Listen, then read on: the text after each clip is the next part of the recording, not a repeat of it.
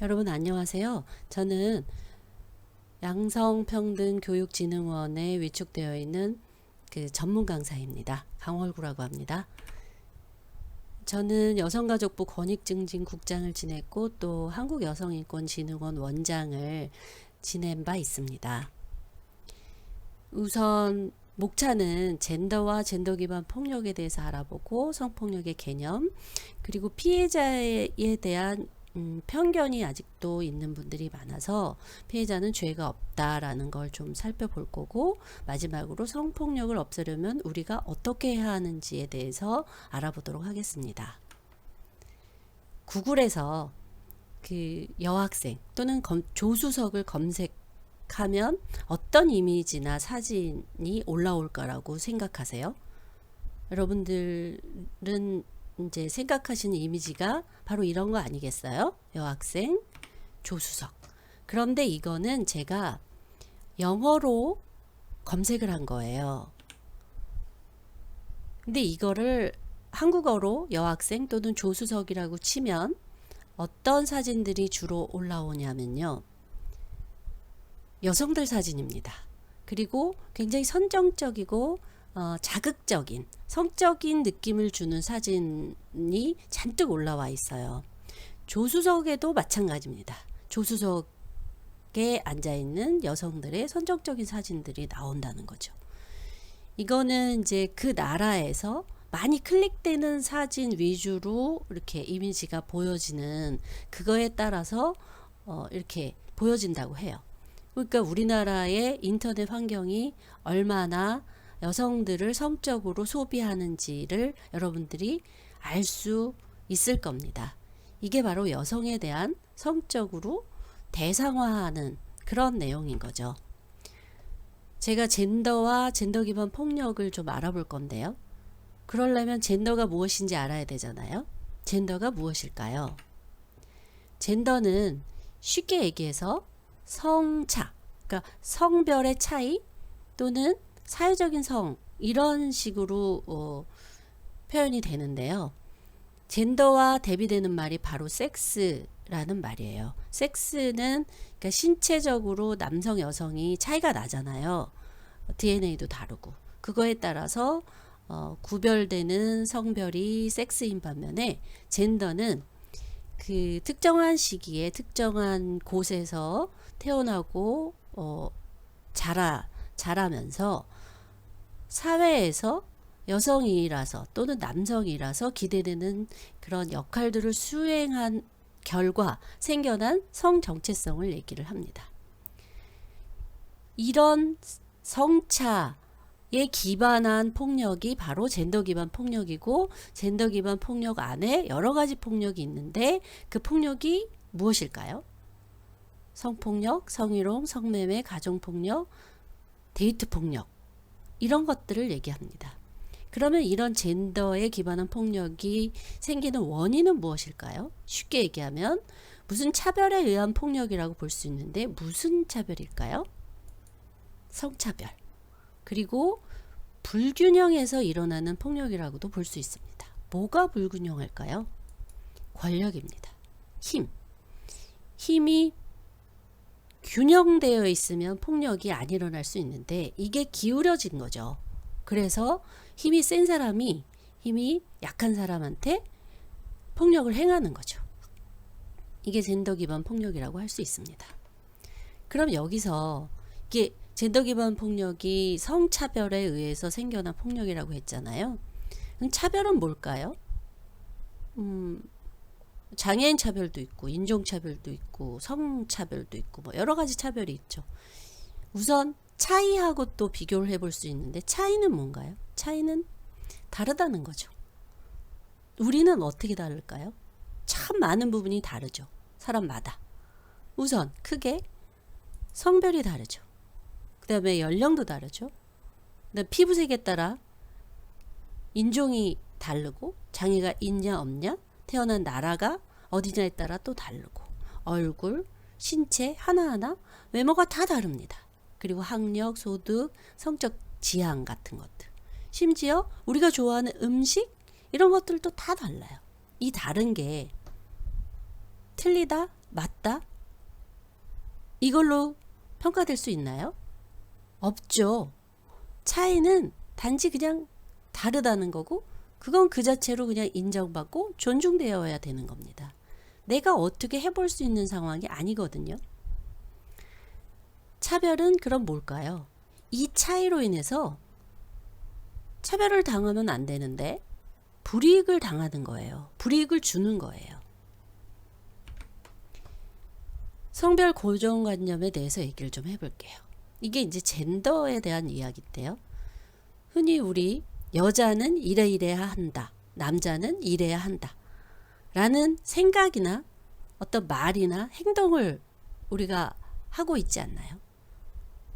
내 생각이 그렇거나 아니면 내가 어릴 때 엄마 아빠로부터 또는 학교 선생님으로부터 아니면 사회 속에서 계속 이런 얘기를 들었을 수 있어요. 그러면서 우리는 자연스럽게 성에 대한 고정관념이 생기는 거죠. 성역할 고정관념은 뭐예요? 대표적인 게 남자는 결혼해서 돈을 벌어서 가정을 꾸려야 되고 여자는 결혼해서 애 낳고 살림하는 게 최고다 라는 생각들, 이런 게 고정관념이죠. 여자는 어때야 한다의 대표적인 게 아마 여자는 예뻐야 한다가 아닐까요? 그래서 여자는 대부분 화장을 하도록 그렇게 강요하는 분위기가 있죠. 그리고 1년 365일 다이어트를 합니다. 근데 이런 것들을 제대로 안 한다? 그럼 자기 관리를 못하는 사람, 또 문제가 좀 있는 여성으로 비난을 하기도 합니다. 근데 이에 비하면 남자는 그런가요? 아니라는 거죠. 남자는 남자가 화장을 해? 요즘은 젊은 남자들도 화장을 하기도 하지만 남자가 화장하는 거 있을 수 없는 일이라고 생각하는 많은 사람들이 있어요. 근데 화장을 하려면 기본적으로 시간, 노력이 들어가고요. 무엇보다 돈이 많이 들어가거든요. 그래서 이거는 노동이다. 꾸밈 노동이다. 이렇게 얘기도 한다는 거죠. 여성복, 남성복의 차이도 중요한 게 있고요. 어린이 화장품을 제가 검색을 해봤어요. 근데 이렇게 분홍으로 물들어 있죠. 네, 이거는 샘플 강의라서 제가 더 자세하게 얘기는 안 하겠고요. 그 다음에 이제 우리가 폭력 얘기를 할 때 이 얘기를 꼭 짚고 넘어가야 됩니다. 성관계에 대해서, 성에 대해서 여성이냐 남성이냐에 따라서 이중 잣대가 작용이 된다는 거죠. 남자는 기본적으로 성관계, 섹스를 좋아해야 한다고 규정이 되더라고요. 남자가 성관계를 싫어하면 그건 남자도 아니야. 이렇게 생각하는 많은 남자분들을 제가 만나봤어요. 좋아하는 건 당연하고 그 다음에 잘하느냐 못하느냐로 구분이 되죠. 반면에 여자는 잘하느냐 못하느냐는 얘기가 안 돼요. 성관계 하는 거, 성을 좋아하느냐 싫어하느냐로 나뉘어질 뿐이죠. 그래서 남자가 애인이 많고 섹스를 굉장히 잘해요. 이러면 이건 자랑이 됩니다. 그래서 정준영의 단톡방 같은 게 그렇게 나온 거예요. 성관계 불법 촬영한 거를 단톡방에 턱 올리니까 야, 누구냐? 그때 약물을 이용한 그 성범죄였잖아요. 그러니까 시체네.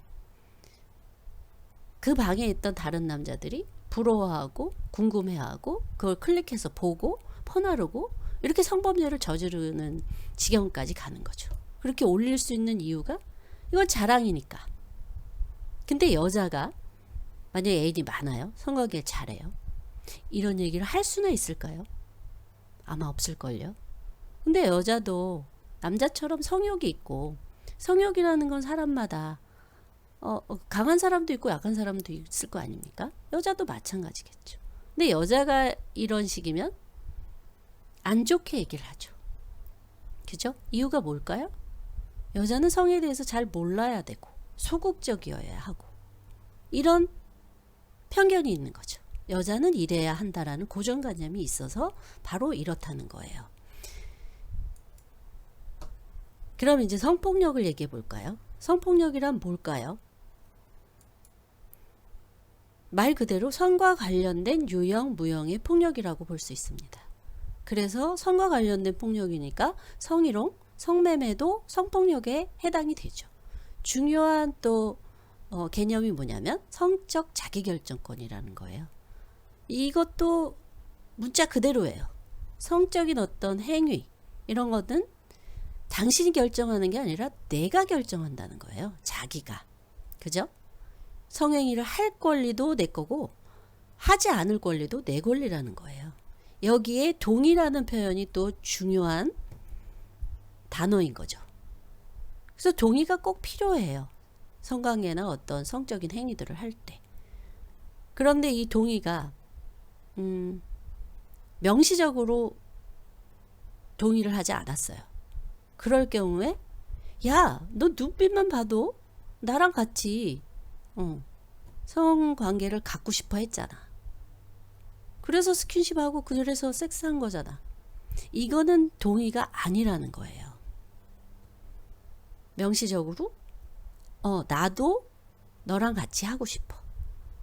그렇게 돼야 그게 동의라는 거죠. 그리고 동의는 한 번 동의는 영원한 동의가 아니에요. 단계마다 동의가 필요할 수 있고요. 동의는 중간에 바뀔 수도 있어요. 동의를 했는데 모텔에 같이 가기로 했는데 가서 보니까 이것저것 걱정이 되고 이 사람이랑 계속 미래를 같이 할 수 있는지도 걱정이 되고 임신에 대한 걱정도 되고 그래서 동의를 안 할 수도 있어요. 그러니까 동의는 변할 수도 있다라는 것도 알아야 되는 거죠. 협의로 성폭력은 이제 이런 형법이나 성폭력 범죄의 처벌 등에 관한 특례법 등에서 규정된 범죄를 생각하면 됩니다. 성폭력의 유형을 좀 보면요. 강간, 유사강간, 강제추행죄가 있죠. 강간죄는 남자 여자 성기가 결합된 거를 얘기하고요. 성폭력 처벌법의 여러 가지가 좀 더 자세하게 규정이 돼 있어요. 친족관계, 장애인, 13세 미만 미성년자 등에 대한 성폭력은 가중처벌이 되고요. 업무상 위력 등에 의한 추행도 형사처벌이 됩니다. 공중 밀집 장소에서의 추행죄는 만원 지하철, 버스 이런 데서 추행하는 거. 성적 목적을 위한 공공장소 침입 행위는 공중 화장실, 탈의실 이런 데서 몰래 훔쳐보는 거 이런 거. 그리고 성범죄자는 판사의 판결에 의해서 신상이 공개되기도 하고 아동 청소년이 많이 다니는 학교나 학원 같은 데에 취업이 제한되기도 합니다. 그리고 디지털 성폭력, 엠번방 사건에 관련된 범죄 행위인데요. 이런 게 있죠. 통신 매체를 이용한 음란행위. 그러니까 카카오톡 같은 메신저 앱을 이용해서 음란한 사진, 동영상, 그림 같은 거를 보내는 거. 그리고 카메라 등을 이용한 촬영 행위는 불법 촬영이라고 생각하면 됩니다. 몰래카메라 요즘 안 씁니다. 그런 단어. 그리고 허위 영상물의 반포가 있는데요. 이거는 그야말로 가짜 영상물인데 딥페이크라고 얼굴은 내 건데 몸은 포르노에 있는 나체 사진이나 동영상을 합성해 버리는 거예요. 그리고 촬영물 등을 이용한 협박 강요죄도 있어요. 그러니까 촬영물 같은 거를 내가 손에 넣었어요. 그걸 가지고 너 인터넷에 뿌릴 거야. 그리고 이거 엄마 아빠한테 알릴 거야. 학교에 알릴 거야 하고 협박을 하고 더 수위가 높은 어떤 성착취 촬영물을 만들도록 그렇게 강요하는 행위를 얘기합니다. 오늘은 샘플 강의라서 여기까지 하겠습니다. 감사합니다.